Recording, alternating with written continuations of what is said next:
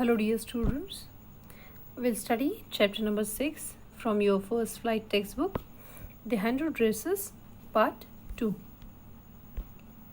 And this is a presentation by Swati.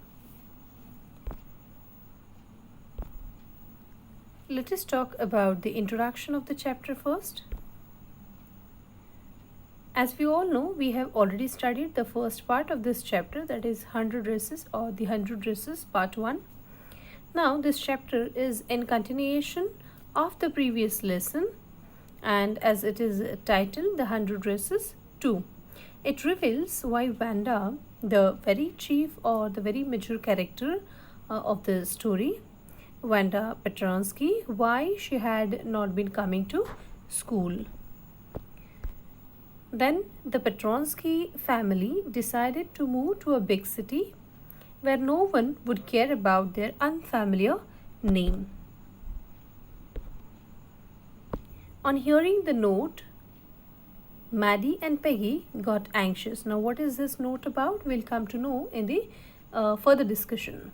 So, when they hear Maddie and Peggy, they hear the note, they got anxious as they realized that they would never get a chance for making amends for all the teasing they had done. Now both the girls get relieved only on learning that Wanda liked them and had dedicated one of the 100 dresses. Wanda, the girl who won the contest, she had dedicated one of the 100 dresses. It means the drawings or the sketches which she has drawn. She has dedicated one of those 100 dresses to each one of them. Now everyone was having a look at the magazine drawings, and those drawings were drawn by Wanda, and they all were admiring it. And at the same moment, the monitor of the class brought a piece of note to Miss Masson, or it was written for Miss Masson. So this is how the second part begins. Miss Masson read that note multiple times as she couldn't believe what was written in it. She could not believe that, and that's why she had read it for multiple times. Finally, she decided to gather the class and to read it aloud and clear so that everybody will come to know that. It was a letter from Wanda Petronsky's dad. She silenced for a while, which created tension in the minds of her students. Now she adjusted her spectacles as well, which made it clear that she is going to speak something very important, or that note is something very significant.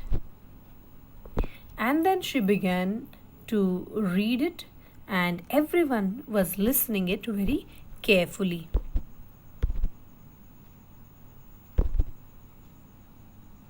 The letter began with a salutation to Miss Masson.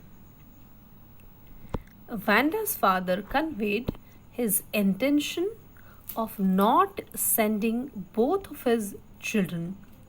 One is Wanda and the other one is Jake. They both are not coming to the school, and Wanda's father had explained what is the reason and why they won't be coming to school anymore. What he mentioned in that?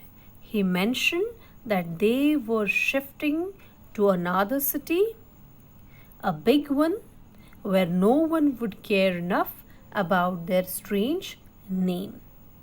A big city with a lot of people having weird names. And we all know that Wanda's classmates were always making fun of her, and the reason behind was that she was having a weird name, and they all had fun. They found the name very funny. So what her father is explaining, that we are shifting to a city where nobody will be, talking about or making fun of their name, and there will be many people, a number of people who will be having weird names there. Wanda was a Polish immigrant to America and thus had an unfamiliar name that we already have studied in the previous chapter. After hearing what was there in that letter, everyone was left speechless, because now they have started realizing that what must have happened with that girl and how the issue or the subject is serious. Miss Mason too was stunned, and thus she cleaned her glasses, wore them again, and spoke to the class in a low voice. That definitely makes it clear that the issue has become a very serious one now. She conveyed her disappointment to the class. Even when she came to know about all these things, she is disappointed, and she made the students to realize that, and she asked them to ensure that nothing was done purposefully to hurt Wanda.